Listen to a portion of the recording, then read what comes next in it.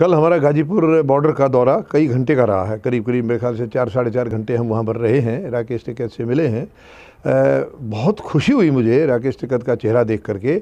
यानी जो 28 तारीख को जो दर्द उनकी आंखों में दिखा था, जो उनके सीने में दिखा था, यानी कि वो माहौल जो इनके बीजेपी के नेताओं ने और पुलिस ने जो बिगाड़ दिया था, उस माहौल का एकदम अलग रंग उनको मुझे अब कल नज़र आया है। राकेश टिकैत में बहुत हौसले में नज़र आए हैं, बहुत हौसले में नज़र आए हैं। और बल्कि वो जो परसों जो उनको जो पीड़ा हुई थी, वो पीड़ा सबसे ज़्यादा तो तभी हुई थी जब उनका खुद बीजेपी का एक एमएलए, वहाँ का लोकल विधायक लोनी क्षेत्र से, वो वहाँ आकर के 100 गुंडे लेकर के आ गया था और उन्होंने इतनी गंदी भाषा का इस्तेमाल किया था। उसके बाद से राकेश को जो पीड़ा हुई है, राकेश टिकैत के अंदर जो दर्द हुआ है, मैं आपको सच बताऊं, उस दिन हमें उनके पिताजी की याद आ गई। चौधरी महेंद्र सिंह टिकैत, जो किसानों के मसीहा कहे जाते थे, बहुत ही बड़े नेता थे, किसानों के बहुत ही बड़े नेता थे, दिलों की धड़कन थे वो किसानों के दिलों की धड़कन थे। तो जो जोश और जो जज्बा और जो बातें वहाँ राकेश टिकैत ने कही हैं, उसने हमें इतना प्रभावित किया है कि क्योंकि टिकैत साहब से हमारे व्यक्तिगत संबंध थे, बहुत अच्छे संबंध थे। कई बार हमारी उनसे मुलाकात हुई थी। 3 बार तो हम चौधरी देवीलाल जी के 29 नंबर जो प्रेजेंट स्टेट में उनका रेजिडेंस था, 3 बार तो वहाँ मिले, इसके अलावा भी कहीं मिले। और 1988 की याद आ गई।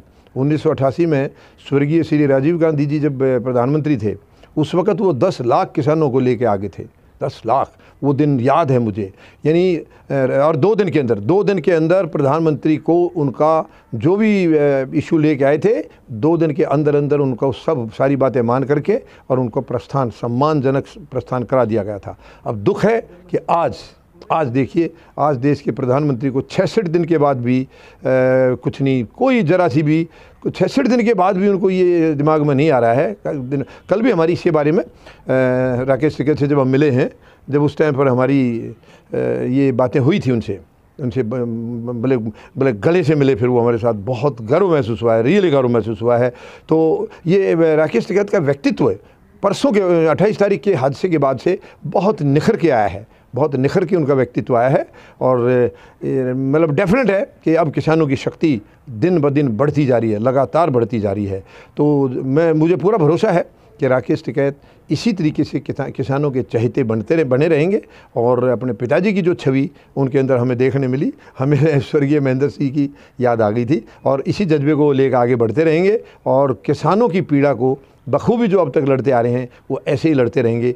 और मुझे पूरा भरोसा है कि सरकारों को किसी भी हालत में झुकना होगा, क्योंकि जिस जज्बे के साथ किसान, सारे जज्बे के साथ लड़ रहे हैं, हमारे किसान कोई भी कमज़ोर नहीं है। ये कमज़ोर सरकार ने करने की कोशिश की थी। अदरवाइज़ हमारे जितने भी 40 नेता हैं, सारे एक से एक बढ़कर के जज्बा है। लेकिन ये आंदोलन सरकार की साजिश का शिकार हो गया था, करीब शिकार हो गया था। और 28 तारीख को ऐसा लगा था कि शायद अब चंद दिनों की बात है, ये आंदोलन को जो है ना सरकार किसी तरीके से तोड़ देगी। लेकिन वो जो राकेश टिकैत ने जो मोड़ लाया है उस दौरान, उस आंदोलन का जो मोड़ हुआ है, वो व्यक्तित्व इनका जो देखने को मिला है, वो सचमुच सराहनीय है। और पूरे देश भर से इनकी तारीफ़ हो रही है। देश भर से ही नहीं बल्कि विदेशों से भी तारीफ़ हो रही है। विदेशों से भी राकेश टिकैत के सब लोग फ़ैन हो गए। तो बहुत अच्छा, मैं राकेश टिकैत को शुभकामनाएं दूंगा कि इसी जज्बे को बरकरार रखें और किसानों की हितों की रक्षा किसी भी हालत में अब आप ज़रूर अच्छी तरह से कर पाएंगे, ये हमें पूरा भरोसा है। धन्यवाद। जय जवान, जय किसान, जय हिंद। अगर आपको हमारी वीडियोस अच्छी लगती हैं तो हमारे वीडियोस को लाइक करें, कमेंट करें, शेयर करें और हमारे चैनल को सब्सक्राइब करें। Thank you.